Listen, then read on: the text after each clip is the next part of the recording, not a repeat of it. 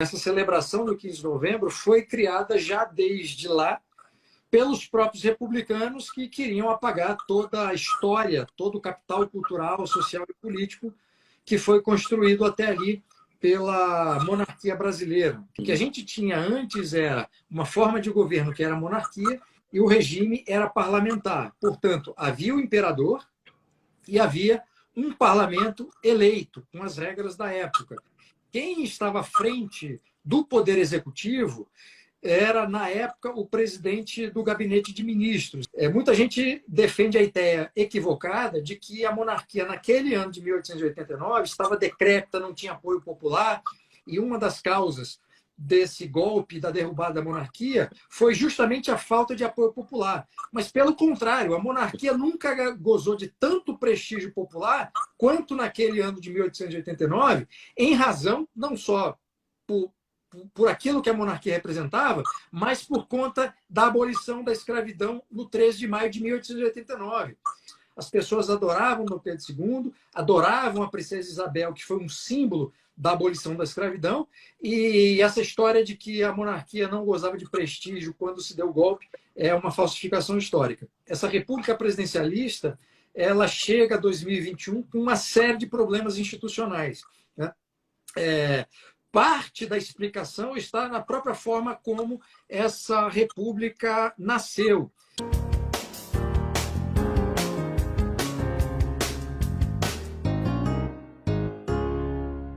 Hoje é dia 16 de novembro. Ontem foi 15 de novembro. 15 de novembro é a proclamação da República. Aí eu li um artigo do Bruno Garchagen falando do golpe que foi a proclamação da República. Eu achei o artigo muito bom e pedi ao Bruno para fazer com a gente uma live. Bruno Garchagen é cientista político,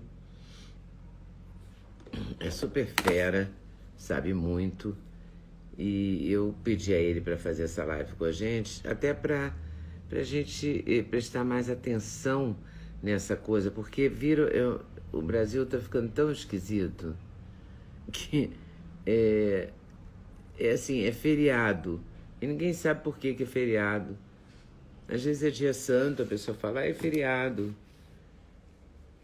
E o Bruno tem livros muito interessantes, tem um livro chamado Direitos Máximos, Deveres Mínimos, e tem um que eu gosto especialmente, que se chama Pare de Acreditar no Governo. E aí eu acho que vocês deviam conferir.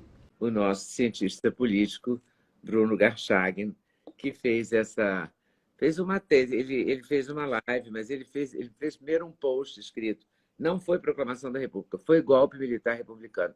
Eu fiquei encantada com o texto dele, eu estou sempre encantada com o texto do Bruno Garchagen, mas foi muito legal, porque aí eu também pude imaginar que a gente podia fazer essa live hoje e falar isso. Tudo bem, Bruno? Olá, Leda, tudo bem? Tudo bem. Ontem até teve um colégio, você acredita, que fez uma placa, colocou na porta dizendo não tem aula hoje porque é independência, é dia da independência. Quer dizer, realmente as pessoas perderam a noção, sei lá, eu não sei se é a noção ou a loção, sabe? Mas eu já não sei mais o que perderam. Essa foi engraçada, foi melhor do que 15 de novembro que eu já ouvi. Na hora que eu vi seu post de manhã ontem, eu fiquei pensando isso. Falei, nossa, uma ótima chance do Bruno falar para a gente o que foi isso. Porque a gente estuda no colégio que é a proclamação da República e ponto, né?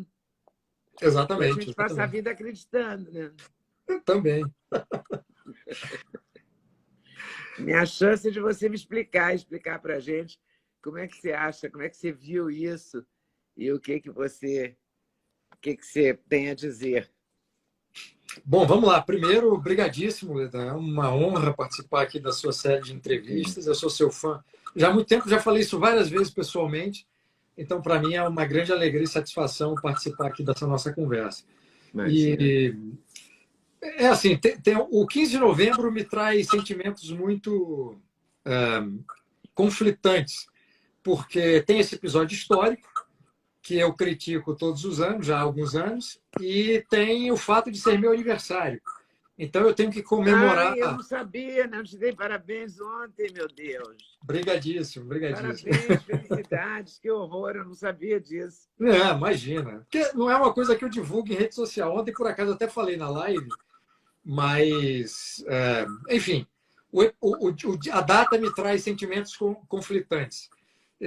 Mas falando especificamente sobre a data, de fato, a gente aprende e já faz parte da nossa cultura social, e isso, obviamente, também está nas escolas, que o 15 de novembro, essa data, que marca a transição da monarquia para a república, foi simplesmente uma proclamação virtuosa da república e, portanto, do sistema da forma de governo que foi ali inaugurada.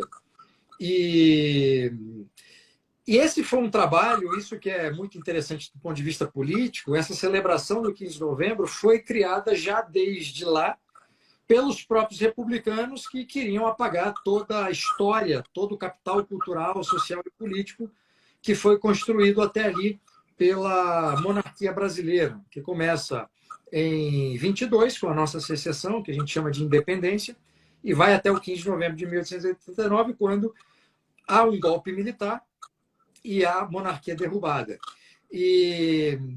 Portanto, a gente sequer aprende que houve no 15 de novembro um golpe militar. Fica parecendo, e a gente é ensinado, e todas as vezes que isso sai na imprensa, que houve ali uma mobilização popular, que essa mobilização popular entendia que o regime monárquico, que o imperador e tudo aquilo que fazia parte institucionalmente da nossa monarquia estava completamente degradada e, portanto, havia uma necessidade de se derrubar aquele regime para inaugurar esse novo regime na forma de um republicanismo presidencialista. Você tem a forma de governo, que é a república, e o regime de governo, que é o presidencialismo. O que a gente tinha antes era uma forma de governo que era a monarquia e o regime era parlamentar. Portanto, havia o imperador e havia um parlamento eleito, com as regras da época. Quem estava à frente do poder executivo era, na época, o presidente do gabinete de ministros. Então, havia um gabinete de ministros que hoje seria o equivalente nos países parlamentares ao primeiro-ministro. Tá? No Brasil não se chamava primeiro-ministro, chamava presidente do gabinete de ministros. Mas era esse gabinete de ministros o responsável pelo poder executivo. O imperador... Era o Boris Johnson? No modelo inglês, britânico. É esse mesmo. Né? Quer dizer, o modelo britânico de hoje é semelhante àquilo que nós tivemos durante a nossa monarquia, com exceção de um ponto importante, que na nossa monarquia, o imperador, pela Constituição de 1824, ele tinha uma parte do poder executivo, então ele também participava do governo. Além de ser chefe de Estado, ele tinha algumas atribuições nessa chefia de governo. Hoje, na Inglaterra, já há muito tempo, o chefe de governo, que é um membro do parlamento do partido que conquistou a maior parte das cadeiras, ele é o chefe do poder executivo, e a rainha, representando a monarquia, não tem função no poder executivo. Ela é somente chefe de Estado. Tá? Então, era essa a realidade do Brasil do século XIX. E aí, explicando como houve a transição, houve uma aliança entre grupos que estavam interessados na queda da monarquia. Então, quem eram os 4 grandes grupos que colaboraram para derrubar a monarquia por meio desse golpe militar? Os positivistas, influenciados pelas ideias do filósofo francês Auguste Comte, e numa versão já adaptada à nossa realidade já brasileirada, os militares, que desde a Guerra do Paraguai vinham lutando por participação política, que era proibido à época, os republicanos, porque eram contra a monarquia, queriam uma república similar à que havia nos Estados Unidos, E o quarto grande grupo era dos liberais federalistas, ou seja, membros do Partido Liberal que queriam um federalismo no Brasil parecido com o que tinha nos Estados Unidos. Então, os quatro grandes grupos que se ajudaram para derrubar a monarquia eram esses. E, claro, dentro desses quatro grupos existiam os maçons, né? Então, a maçonaria foi muito importante, não só na nossa secessão, a independência em 1822, mas também na mudança de regime, porque alguns positivistas eram maçons, alguns militares eram maçons, não todos, alguns republicanos também eram maçons e alguns liberais também eram maçons. Então, os maçons estavam presentes nesses quatro grandes grupos, né? Até o 15 de novembro, Leda. E o bisavô do Fernando Henrique queria eliminar o nosso imperador, é isso?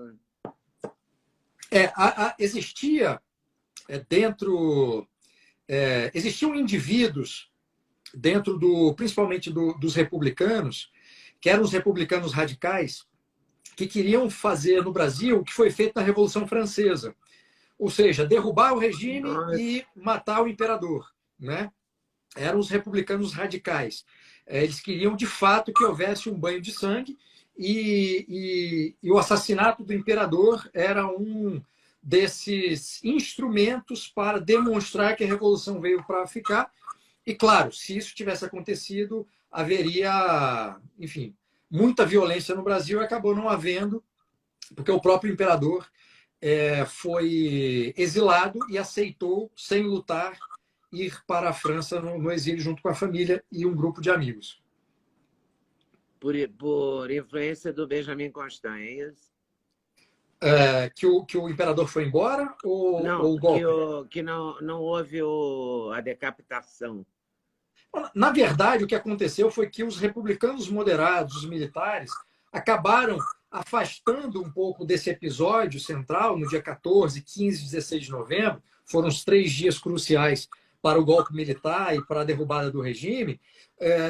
Então, a parte moderada, digamos assim, desses grupos acabou afastando esses mais radicais. O Silveira Martins, que era um dos mais radicais de todos os grupos, que queria banho de sangue, queria uma solução sanguinária no modelo dos jacobinos da Revolução Francesa, ele sequer foi avisado do que estava acontecendo naqueles 3 dias. Ele só soube quando a situação já estava em curso, porque queria se evitar justamente uma radicalização naquele momento. Os líderes ali naquele episódio queriam uma solução pacífica que passava pelo exílio do imperador, a saída, e passava também por não alertar a população. E por essa razão, todo esse exílio, toda essa operação para que o imperador deixasse o Rio de Janeiro rumo à Europa, essa operação foi feita de madrugada, justamente para que o povo não percebesse o que estava acontecendo. Caramba. E não se insurgisse contra esses revolucionários golpistas. E isso é um elemento interessante, porque muita gente, e isso está em alguns livros, né? Isso não vem do nada, muita gente defende a ideia equivocada de que a monarquia, naquele ano de 1889, estava decrépita, não tinha apoio popular, e uma das causas desse golpe, da derrubada da monarquia, foi justamente a falta de apoio popular. Mas, pelo contrário, a monarquia nunca gozou de tanto prestígio popular quanto naquele ano de 1889, em razão não só por aquilo que a monarquia representava, mas por conta da abolição da escravidão no 13 de maio de 1889. Então, a percepção popular, especialmente no Rio de Janeiro, onde se deu todos os acontecimentos, era que a monarquia era um valor para o país, as pessoas adoravam Dom Pedro II, adoravam a princesa Isabel, que foi um símbolo da abolição da escravidão, e essa história de que a monarquia não gozava de prestígio quando se deu o golpe é uma falsificação histórica. Então a gente tem que a gente vem de falsificações históricas. Né? Muitas. Não é? Que coisa inacreditável. E a gente se transforma numa república que dá no que deu hoje. Não podia ser diferente mesmo, né? Tem vários aspectos interessantes de por qual razão essa república que é vendida por seus defensores, pelos golpistas que derrubaram a monarquia, porque essa república presidencialista ela chega a 2021 com uma série de problemas institucionais, né? Parte da explicação está na própria forma como essa república nasceu. E aqui tem um adendo interessante que eu preciso fazer, Leda, se me permite, para explicar para a nossa audiência o seguinte. Como eu falei, todo o episódio que vai ser conhecido como a proclamação da República, que não foi proclamação virtuosa, foi um golpe militar republicano, começa no dia 14, né, de novembro de 1889. E o grande símbolo e o homem que esteve à frente dessa movimentação toda foi o Marechal Deodoro da Fonseca, um militar super respeitado, tanto dentro do Exército quanto pela população, herói de guerra, uma figura muito importante, muito respeitada, era amigo pessoal do imperador Dom Pedro II, a quem devia favores, inclusive isso foi reconhecido pelo próprio Deodoro no dia dos acontecimentos, né? O Dom Pedro II pediu para falar com Deodoro, quando desce de Petrópolis para o Rio de Janeiro, para se inteirar da situação, e o Deodoro se recusa a conversar com o imperador, e ele diz que não encontrará o imperador porque era amigo dele, devia favores ao imperador, e provavelmente se encontrasse com o imperador, os dois iam chorar e o golpe estava desfeito, né? Então, esse encontro que não houve, se tivesse havido, provavelmente a situação do país seria outra. O Deodoro teria mandado todo mundo voltar para os quartéis e não teria havido uma mudança da forma de governo e do regime.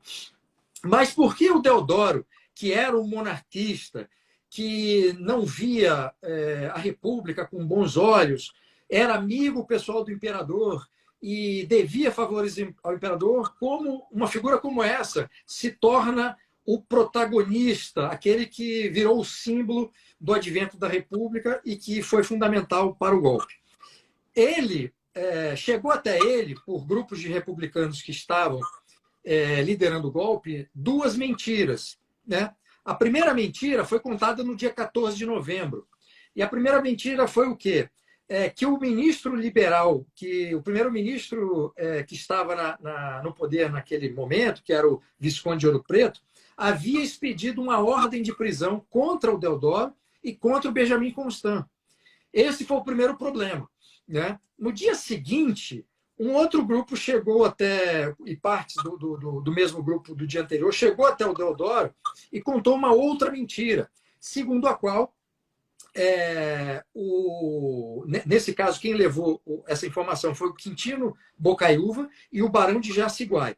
Esses dois levaram uma outra informação falsa para o Deodoro, dizendo que o imperador já havia escolhido um novo presidente do gabinete de ministros, portanto, para substituir o Ouro Preto, que havia sido derrubado no dia 14, né, o gabinete de governo que havia sido derrubado no dia 14, que o imperador havia escolhido um substituto para ele, e esse substituto se chamava Gaspar Silveira Martins, que era um desafeto antigo do Deodoro.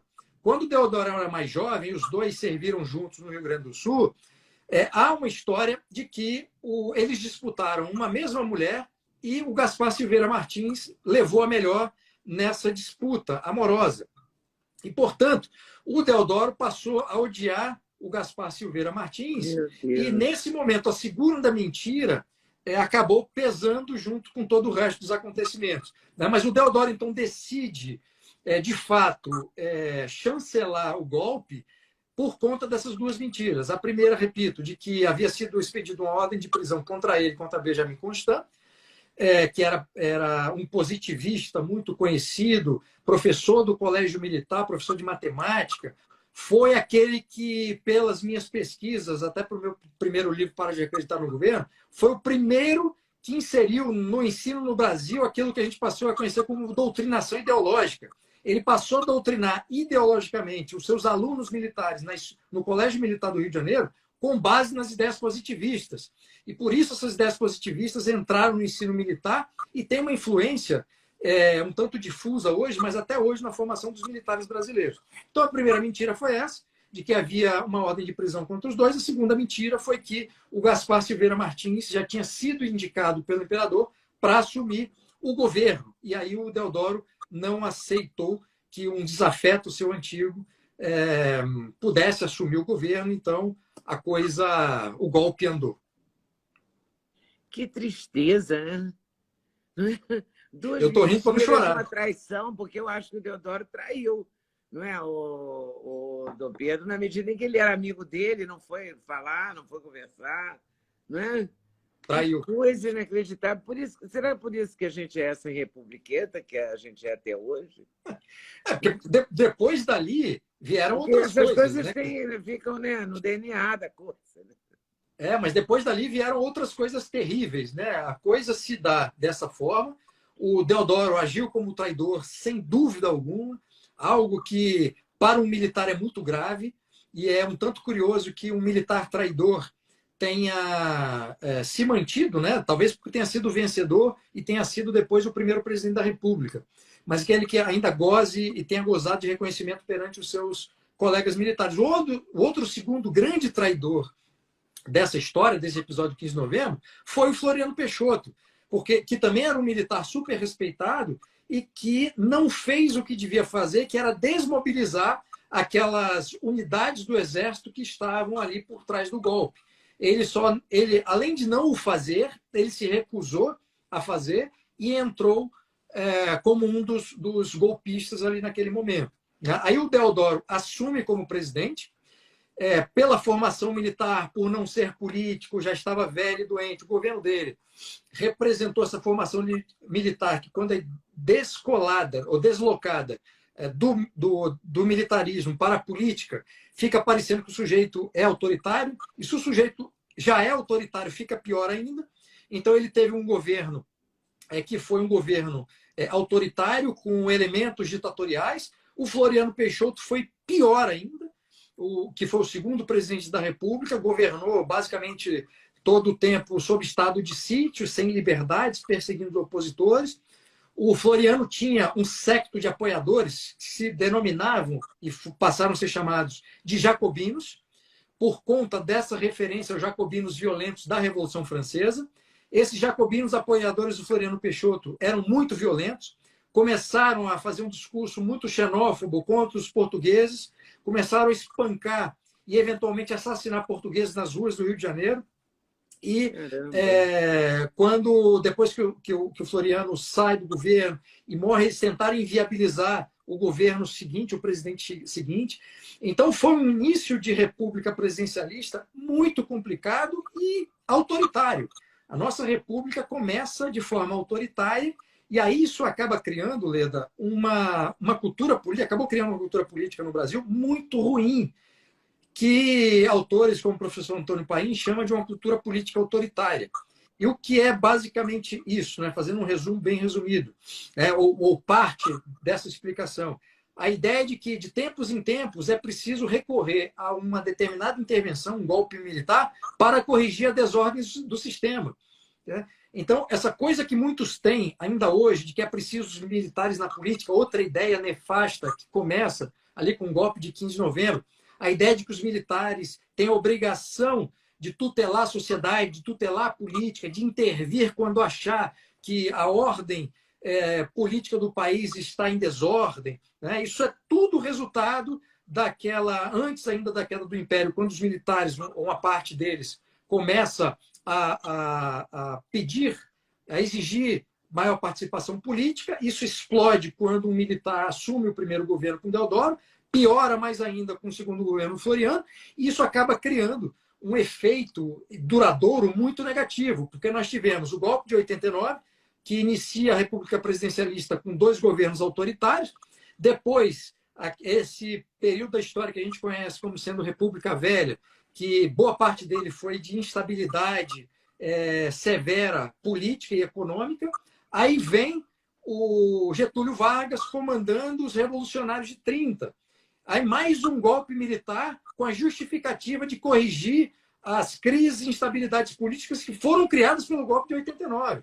64 também tem uma natureza parecida, justificativa para o golpe militar de 64, que inaugura o regime militar que vai durar 21 anos. E até hoje, né, tem gente que acha que é preciso um golpe militar para limpar a política, é preciso fechar o Congresso. Quer dizer, são todas ideias... A gente vê nessas manifestações, desde 2013, que aparece gente com faixa querendo isso, né? Exatamente. Né? Claro Tem gente que que não é chega uma à maioria, loucura. mas sempre aparece alguém com essa ideia. Felizmente, quer dizer, o dado positivo é que é sempre uma minoria da minoria que está ali com um cartazinho completamente estúpido. Né? Eu vi cartaz na última manifestação, não lembro, já tem um tempinho, talvez seja mais tempo atrás. Um sujeito que estava com um cartaz pedindo intervenção militar com Bolsonaro presidente. Então, ele queria que os militares chegassem, dessem um golpe, assumissem e mantivessem o Bolsonaro como presidente. Quer dizer, a loucura campeia, mas isso tem uma raiz histórica, tá? Cultura política autoritária. Ela não veio do nada, né? Ela não. Vem de uma construção, né? Sei lá, no inconsciente, não sei que diabo que é, mas que não é bom, não é bom. Não é mesmo. Não é? Que coisa, né? E será que a gente vai arrastar a vida toda essa complicação, essa confusão? Essa corrente? Porque a gente arrasta a corrente até hoje nesse sentido, né? Virou, mexeu, Olha, alguém fala num golpe militar para consertar, para botar ordem. Quer dizer, não vai acontecer, eu não acredito, eu não sei você que é um conhecedor do assunto, eu sou leiga, acho que não vai acontecer golpe militar nenhum, mas que tem sempre alguém remexendo nessas cinzas, não é? Tem. É verdade. Eu não vejo, neste momento, nenhuma possibilidade de haver golpe militar, a começar pelo fato dos militares não querem se meter mais uma encrenca histórica. Né? Então, já começa por aí. Por conta até da própria história, do histórico de golpes, do que aconteceu depois, né? Inclusive manchando a própria reputação das Forças Armadas, acho que os militares não querem se meter nisso.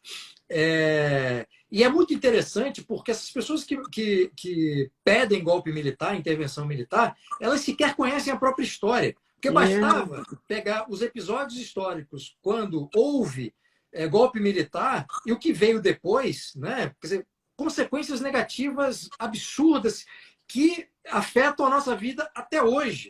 Até hoje.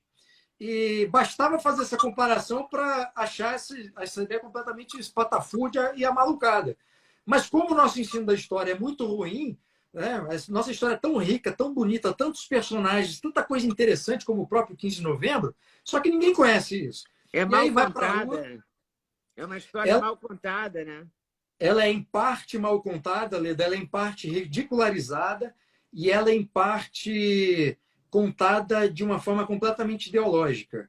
E, enfim, num país em que a própria história é desconhecida, ignorada, qualquer um que apresente uma versão da história, ainda mais quando essa versão entra nas escolas e vai ensinar crianças, adolescentes e jovens quando entram na faculdade, você não tem, dentro da própria sociedade, nenhum tipo de mobilização para dizer que esses professores, que esses acadêmicos, que esses jornalistas estão errados, que a história não é desse jeito. Né? Logo na transição da monarquia para a república, um dos projetos de um grupo de republicanos era precisamente destruir esse capital de experiência monárquica que passava por destruir a história. E você consegue destruir uma história de um país e, com isso, né, impedir que a sociedade, ou parte da sociedade, se insurja contra os golpistas, mas você começa a mudar, você tem formas de mudar a história, que é ridicularizando. Então, se você tem um personagem histórico muito importante da monarquia, Dom João VI, né, que foi uma figura fundamental para a própria independência do Brasil. E o Dom João VI é visto, ensinado e entrou, inclusive, para o cinema e para as novelas, aquele filme horroroso, Carlota Joaquina, uma falsificação histórica do início ao fim. Como é que entra para o imaginário das pessoas que não conhecem a história quem é Dom João VI? É um sujeito gordo que carrega coxinha de frango no bolso E quanto mais você estuda a história, você percebe não há nenhum registro histórico de que o Dom João VI foi alguma vez visto em todo o tempo que ele morou no Brasil comendo frango, entende? Então, essa história da coxinha de frango no bolso, ela sequer tem nenhum documento que possa demonstrar isso. Aí muda-se a bandeira, né? Aí coloca na bandeira o lema Ordem e Progresso, que significa outra coisa que não aquilo que a gente acha que é. Então, a gente olha para a bandeira hoje e vai achar assim, ah, não, então a nossa bandeira defende uma ordem da sociedade, estabilidade, não sei o quê, e o progresso é o progresso da sociedade como um todo, o progresso econômico, etc, etc. Não é nada disso. Essa é uma expressão retirada de uma frase do Augusto Comte, que ela só pode ser entendida a partir do positivismo francês. A concepção de ordem do Augusto Comte, ela estava submetida à religião da humanidade. Então, ele tem uma concepção de homem, de natureza humana e dos fenômenos sociais que não é essa ordem que a gente está imaginando. Tá? E é uma ordem que é uma concepção de ordem autoritária, porque ela não é uma ordem que é construída pela sociedade de forma orgânica, espontânea. É uma ordem, de fato, que você faz um trabalho de doutrinação e, a partir daí, você tem meios de controle para implantar essa ordem e também esse progresso. Tá? O fato também de exumar um personagem histórico que no século XIX ninguém sabia quem era, que era o Tiradentes. Transformaram o Tiradentes num herói republicano. O Tiradentes, do episódio da Inconfidência, ele nem defendia a República, não era isso. Aquelas figuras que são conhecidas como inconfidentes, eles estavam querendo uma secessão de Minas Gerais em relação a Portugal. Eles nem estavam preocupados com o país. Naquele século, não havia ideia de unidade territorial. Quem estivesse em Minas Gerais, na Bahia, em Pernambuco, no Rio Grande do Sul, não falava de Brasil. Ninguém tinha ideia, moramos no Brasil, somos brasileiros. Isso só foi construído depois, já na nossa monarquia. A ideia de unidade territorial, a ideia de identidade cultural, a ideia de um só povo. Quando do Tiradentes e até o século XIX, não havia ideia de que o Brasil era um país, todos éramos compatriotas. Não existia isso. Né? Aí, como não existiam símbolos republicanos, eles começaram a catar tudo que podiam fazer. Tanto é que a primeira bandeira que é levada para a Câmara de Vereadores do Rio de Janeiro, pelo José do Patrocínio e outros, para que a República fosse proclamada, ou seja, declarada, né? Que é um episódio muito doido, né? Porque eles vão para uma Câmara de Vereadores, ou seja, uma instituição municipal, para proclamar a República, e foi proclamada de forma provisória. A República foi proclamada de forma provisória. Bom, eles levaram lá uma bandeira feita às pressas, que era a cópia da bandeira dos Estados Unidos, que era a única referência que os caras tinham. Aí trouxeram o Tiradentes para significar isso, mudaram a bandeira, então todo esse trabalho de mudar os símbolos para que a sociedade, com o tempo, esquecesse tudo aquilo que o regime monárquico, que a cultura política e a sociedade monárquica do século XIX representavam. Na verdade, foi sempre uma mentira em cima de uma mentira, né? De outra mentira e de um arranjo, mais ou menos como a gente vê hoje, né? Não é? De outra forma, sim, porque imagine que hoje... É o tempo todo um arranjo em cima de uma mentira em cima de um arranjo. A gente está vendo agora isso. Daqui a 100 anos, quem lê os jornais que estão sendo publicados no ano de 2021, o historiador de daqui a 100 anos, quando for cotejar fontes, verá a quantidade de mentira que foi publicada só para dar um ano ao longo de 2021. Né? E mentiras contadas de todos os lados, né? Pela imprensa, pelos políticos, enfim. Tem os chamados cientistas, Organização Mundial da Saúde. Não vai restar ninguém. Não vai sobrar ninguém mesmo. Que coisa triste, né? Você acha que a gente vai um dia virar uma república de fato, de verdade? A gente vai passar limpo isso? Não é para passar limpo? O que vai acontecer? Olha, eu vou... Tem vários estudos na ciência política que medem graus de eficiência a partir de determinadas métricas e elementos Estado de Direito, liberdade, etc, etc. Então, tem uma série de elementos que compõem algo como se fosse um ranking, um índice, comparando formas de governo e regimes políticos diferentes.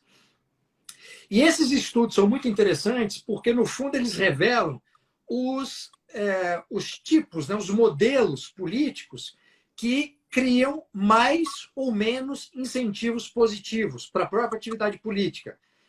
E sistemas políticos que criam mais ou menos incentivos negativos para o funcionamento das instituições. Né? Considerando essas informações, o que existe primeiro, a cultura política de um país, a forma como essas instituições foram sendo criadas e desenvolvidas, tem um papel fundamental nessa análise.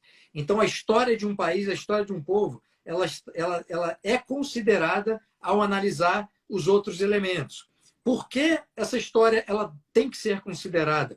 Porque senão bastaria pegar uma forma de governo criada num outro país, trazer para cá que tudo estava resolvido. Mas a nossa própria história demonstra que isso é falso. Por quê? Porque o modelo que foi importado para substituir a nossa monarquia foi o presidencialismo republicano, tal qual era feito à época nos Estados Unidos, que criaram esse modelo. Então, esses grupos que promoveram o golpe acharam que era só trocar o regime que todo o resto iria se adequar. Né? E a gente não conseguiu se adequar até hoje. E por quê? Porque toda a cultura política, inclusive daquelas elites políticas que promoveram o golpe, era uma cultura monárquica. Nós tivemos no Brasil uma cultura monárquica, cultura política monárquica. O que eu quero dizer com isso? Eu não estou analisando o comportamento dos políticos, quem está nas instituições. Eu estou avaliando como as pessoas que viviam no Brasil do século XVI até o século XIX entendiam a atuação das instituições políticas, a dinâmica, a forma de exercício de poder, a forma como o próprio indivíduo se relaciona com os poderes políticos. É isso que eu me refiro quando eu falo de cultura política monárquica. Nós tivemos uma construção de uma cultura política monárquica, ou seja, aquilo que está enraizado na sociedade, de 1500, quando os portugueses chegam aqui, até 1889. E aí esse pessoal que faz o golpe e derruba a monarquia achou que era só virar uma chave e trazer um modelo que funcionava nos Estados Unidos, que toda a sociedade, quer dizer, todo esse capital histórico de séculos seria dispensável. Né? E por essa razão, essa política autoritária.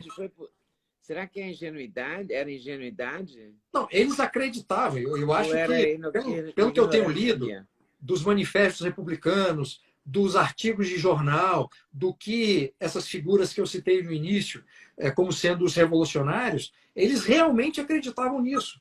Acreditavam que bastaria mudar a forma de governo, desconsiderando tudo aquilo que existia na sociedade. Aí, por qual razão se foi construída? Uma das razões pelas quais essa cultura política autoritária foi construída no Brasil. Porque como o povo não ia obedecer simplesmente um regime artificial, era preciso que o Estado passasse a ser um instrumento de imposição daquele novo regime. Né? E isso, obviamente, tem consequências. Então, assim, voltando à sua pergunta, para também não voltar à história e ficar aqui uma hora falando, o grande problema do nosso atual modelo é que, do ponto de vista histórico, ele só tem 132 anos, contra séculos da experiência monárquica. A própria maneira como muita gente ainda vê a figura do presidente ainda é um resquício da forma como as pessoas viam o imperador. Só que o regime é completamente diferente.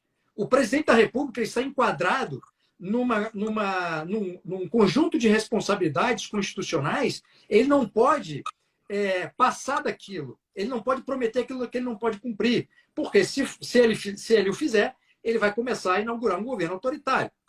Né? Assim como as outras instituições não podem agir dessa forma, porque senão estarão agindo de maneira autoritária. Né? Seja o STF, Poder Executivo, Legislativo, não importa. Então, essa forma de governo que nós temos hoje, que é a República Presidencialista, já demonstrou que ela é muito instável, ela é completamente contrária à ideia de estabilidade política no longo prazo, ela é muito vulnerável a golpes, muito vulnerável a crises. Eu citei no meu artigo, no meu post de ontem no Instagram, alguns dados que muita gente não conhece, que é o seguinte: desde 1889 até 2021, nós tivemos 6 constituições federais. A Inglaterra até hoje não tem uma escrita. A Magna Carta, que é um documento, né, que simboliza isso que se chama Constituição, os Estados Unidos só tem uma Constituição desde então. Teve emendas, teve, enfim, algum acréscimo, mas é a mesma Constituição. Nós, só no período republicano, sem contar a primeira de 1824, que era monárquica, nós tivemos 6 constituições. É impossível você ter estabilidade política com 6 constituições num período de 132 anos. Foram 9 moedas. Como é que você tem estabilidade econômica se de tempos em tempos corta-se o zero, muda-se o nome da moeda? Né? 5 golpes de Estado. Dentro dessa dinâmica de política autoritária, é preciso intervir para corrigir a desordem criada pelo golpe anterior. 13 presidentes da República não concluíram seus mandatos por razões diversas. 31 presidentes foram eleitos indiretamente e 10 vice-presidentes assumiram o cargo, substituindo quem era o presidente, também por razões diversas, um dos quais, um episódio recente, o Temer. Um episódio um pouco mais para trás, Itamar Franco substituiu o Fernando Collor, também por impeachment. Voltando um pouco mais, o João Goulart, que assume a presidência, substituindo o Jânio Quadros, que renunciou. Tá? Então, assim, é impossível você criar instituições políticas funcionais, estáveis, duradouras, se de tempos em tempos há a possibilidade de tudo se desarranjar. Meu Deus. Te dá alguma esperança ou te dá um desânimo danado?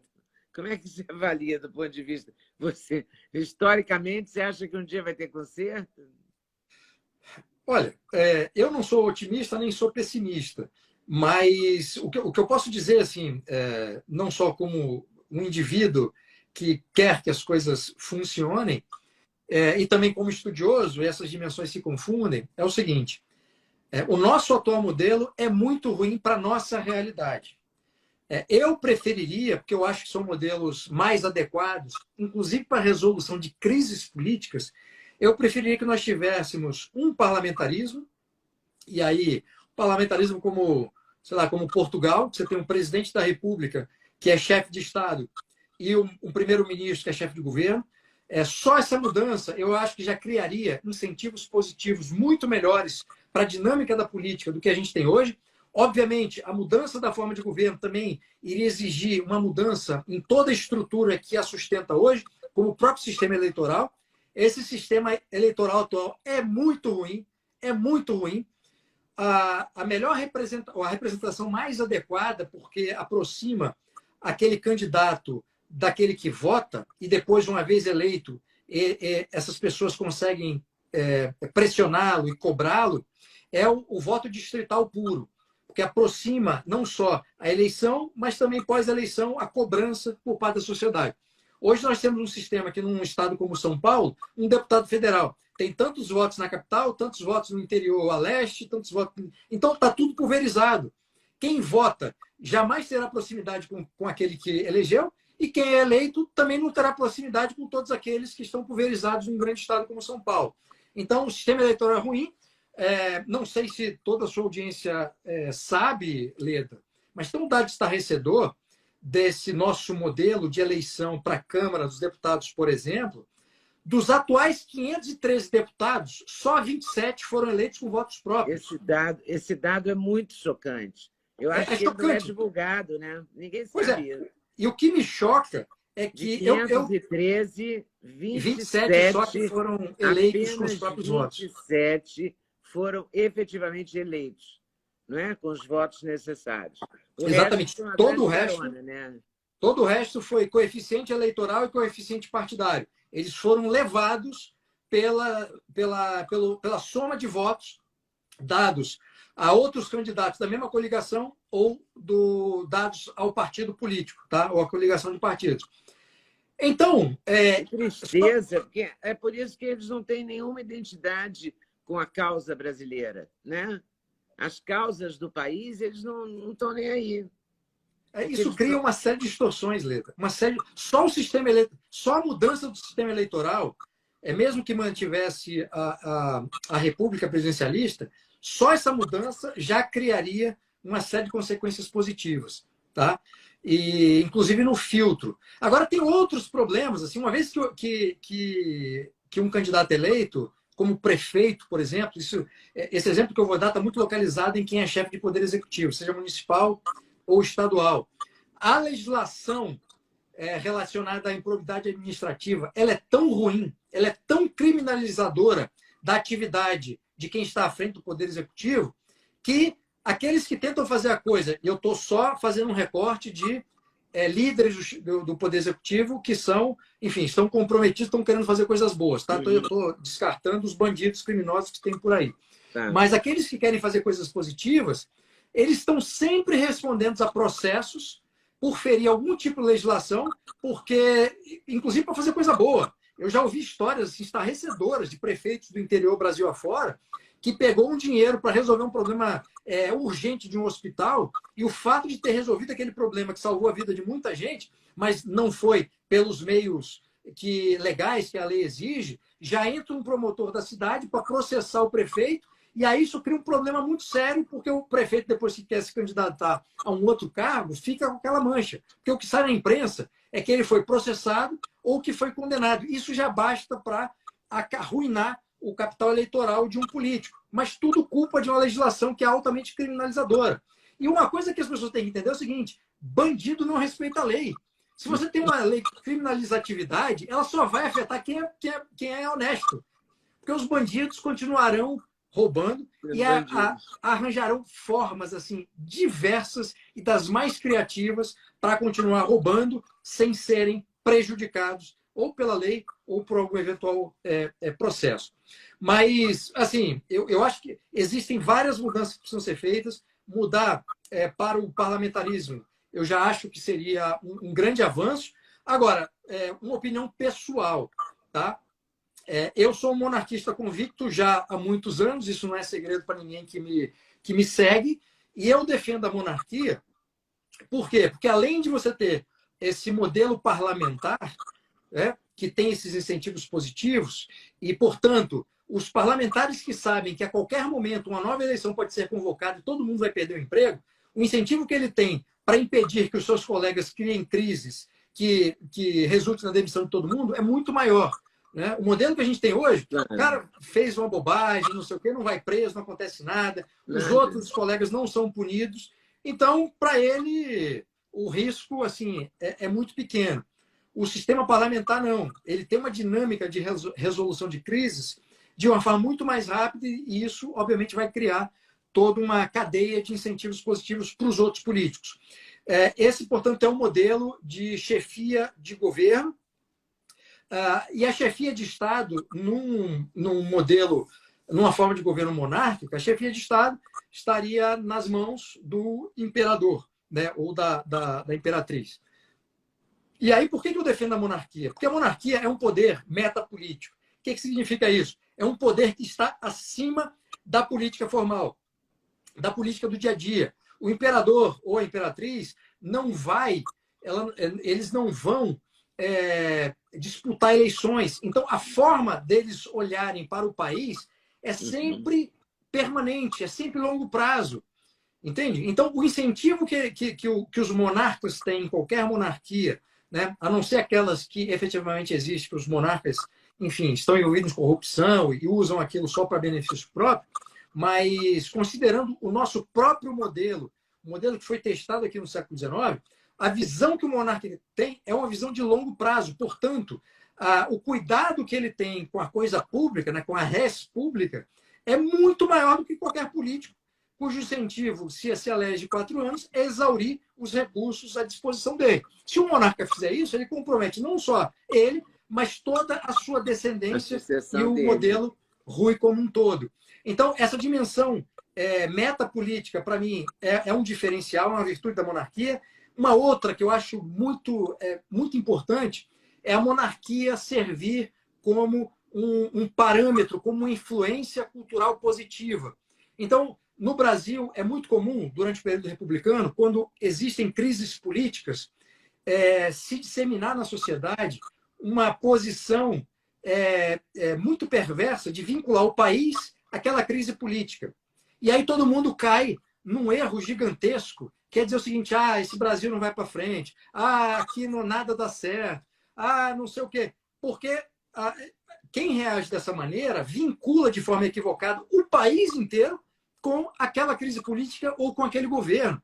E é uma associação indevida que provoca problemas da cultura política muito sérios. Aí, quando aparece alguém numa campanha dizendo que vai, né, resolver tudo, que vai botar os corruptos na cadeia, quando tem esse discurso, historicamente foram vários candidatos à presidência que tiveram esse discurso, isso toca o coração das pessoas, justamente porque há essa vinculação indevida. A monarquia, servindo como parâmetro acima da política, esse parâmetro cultural, vai lembrar a todo mundo, primeiro, que uma crise política não é uma crise da nação, que a nação é muito maior, muito mais diversificada e muito melhor do que aquela circunstância política. Segundo, do ponto de vista histórico, a monarquia vai sempre lembrar, isso vai ficar vivo na vida das pessoas, no nosso dia a dia, qual é a nossa história, de onde a gente vem, quais são os parâmetros virtuosos e positivos que nos trouxeram até aqui, toda a construção do país.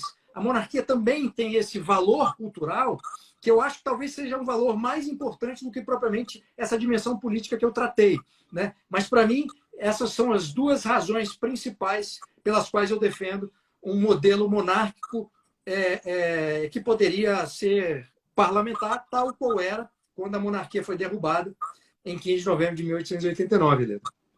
O Brasil fez um plebiscito, não fez, pelo parlamentarismo? 1993, salvo engano. Era para escolher a forma de governo, se era república ou monarquia, e também depois o modelo, né, o regime, se seria presidencialismo ou parlamentarismo. Né? Todas as vezes que eu falo de monarquia, sempre vem alguém dizer, não, a república já está legitimada por esse plebiscito. Né? Já não lembro se é plebiscito ou referendo, acho que é plebiscito mesmo. Mas, assim, na época do plebiscito, 1993, política não fazia nem de longe parte do meu raio de interesse. Tá? Nessa época, eu estava muito mais preocupado em surf, skate e outras coisas do que política. Mas eu acho que não fazia parte do interesse de ninguém, porque eu acho que até hoje, agora, nos últimos 4 ou 5 anos, é que o brasileiro está mais interessado por política, não é? É verdade. Eu não tenho uma pesquisa para te dizer isso com base científica, mas só de observar, ninguém sabia, imagina, a gente não sabia nada. STF era uma coisa, né? Uma sopa de letrinhas. Agora que a gente sabe quem são os ministros do STF, também eles interferem tanto na vida da gente que não tem como a gente não saber. É bom até que a gente saiba quem são e o que estão fazendo. Pois é, não sei se já sabem tudo isso, mas não, claro que não. Pelo menos já sabem o nome, né, de alguns. Então, não é? A gente estava preocupado com futebol, com carnaval, era um país inteiro, sei lá, parecia alienado total, né? Ninguém se interessava. Melhorou muito, mas já melhorou um pouquinho, né? Não, melhorou muito. Por mais que esse período que a gente está vivendo nesse momento seja um período meio caótico, do ponto de vista de discussão política, de confusão, briga, xingamento, por pior que seja, é melhor que aconteça, porque esse momento que a gente está vivendo, ele faz parte de um processo de maturidade. E todo país que passou por esse processo teve os seus problemas. Né? Teve países que enfrentaram guerras civis, né? Banho de sangue, guilhotinamento de reis. Você pega a história da Inglaterra, dos Estados Unidos, banho de sangue. Então, a gente não teve isso. Né? E, portanto, esse é um período especial que a gente deve já começar, inclusive, a qualificar o debate e ter, enfim, discussões, começar a aprimorar as discussões. Porque eu sei que vai passar, é impossível você ficar nessa excitação e maluquice durante muito tempo, só que o que a gente fizer agora de positivo é que vai render frutos lá atrás. Lá atrás não, vai render frutos lá na frente. Lá na frente. Então o momento é importante. Mas no negócio de 93, Leda, o que aconteceu foi o seguinte: como a maior parte da população sequer sabia o que significava. Pois é. Né? Então, assim, as pessoas foram, em parte, levadas a acreditar que era melhor manter aquilo que já existia, né? A coisa da falsificação histórica e a maneira como a monarquia sempre foi tão atacada desde 1889, claro que favoreceu também para isso, né? A campanha dos monarquistas que foi feita para defender, ela foi ridicularizada, ela foi atacada com muitas mentiras, e mesmo assim eles conseguiram um feito, acho que foi 10 ou 13%, diante de tudo aquilo contra, né, inclusive grandes redes de televisão, diante de tudo aquilo que foi contra, você conseguir, eu não lembro se foi 10 ou 13%, enfim, até um pouco mais disso, eu não lembro o dado de cabeça, mas foi um percentual expressivo considerando contra o que eles estavam lutando, né? Mas talvez... E quem liderou esse empenho todo pelo presidencialismo? Teve uma figura política, assim, que liderou, você lembra? Várias, todas elas importantes, todas elas. Todas elas. Todos os nomes respeitados, Ulisses Guimarães, enfim, todas essas figuras estavam comprometidas. Estavam no poder e eram conhecidas na época, e essas pessoas todas eram contra o parlamentarismo. Eram contra a volta da monarquia. Até tinha gente que gostaria... contra a volta aliás, da monarquia. Deixa eu só corrigir uma informação aqui, Leda, para depois eu não ser atacado. Eu falei Ulisses Guimarães e depois me lembrou que ele morreu próximo daquilo. Tá? Ele morreu no ano anterior, em 92. Então, retire, por favor, corrija essa informação, peço desculpas. Ulisses Guimarães sequer estava vivo durante a discussão. Mas grandes nomes da política da época defendiam a República. Tá? E aí, enfim, tinha gente que preferia ou o parlamentarismo numa república ou o presidencialismo.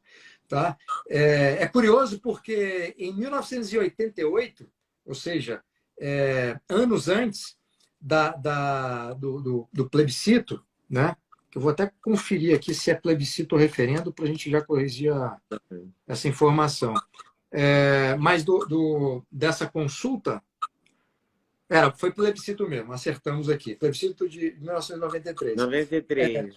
A Constituição foi promulgada em 88. Isso. A Constituição foi promulgada em 1988. E na Assembleia Constituinte, que elaborou a Constituição, havia uma corrente muito influente e numericamente expressiva de políticos importantes que defendiam o parlamentarismo. E é muito curioso, você pega qualquer livro, o nosso espectador aqui pode pegar qualquer livro sobre a história da Constituição de 88, como ela foi construída. A Constituição ela foi sendo escrita para um modelo parlamentar de governo e não para o presidencialismo. Porque havia por parte daquela elite política que haveria essa transformação, essa transição do presidencialismo para o parlamentarismo. Só não foi e houve essa mudança por conta da pressão do Mário Covas. O Mário Covas começou a se articular ali entre os seus pares constituintes e ele conseguiu fazer um movimento para que o parlamentarismo não fosse vencedor.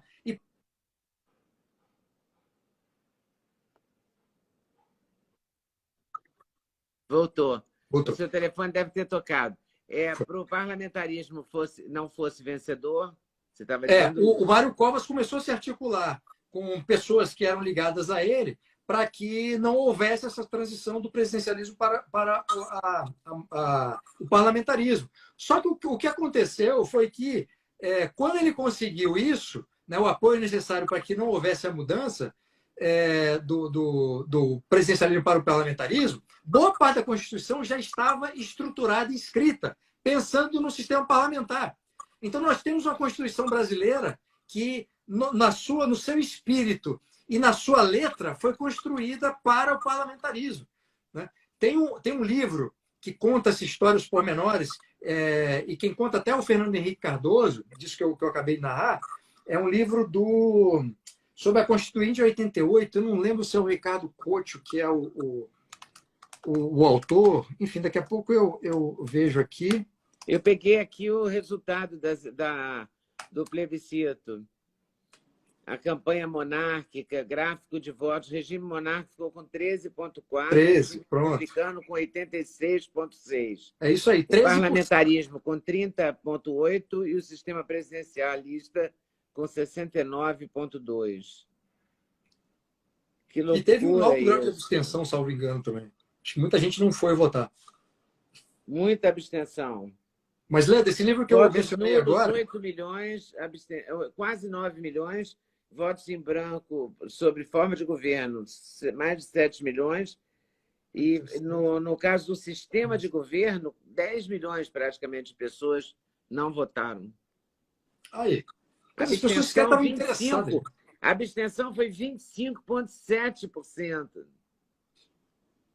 Então, você vê o grau de preocupação das pessoas da época, e quem foi votar foi quem realmente Zero, entendia né? mais ou menos e ficou com medo. Ah, uma das mentiras muito, muito pesadamente veiculadas à época é que se os brasileiros escolhessem a volta da monarquia, a família real, a família imperial ia voltar com a escravidão. Isso, Leda, não é brincadeira. Eu conheci muita gente que fez parte da campanha à época, né, os senhores já de idade.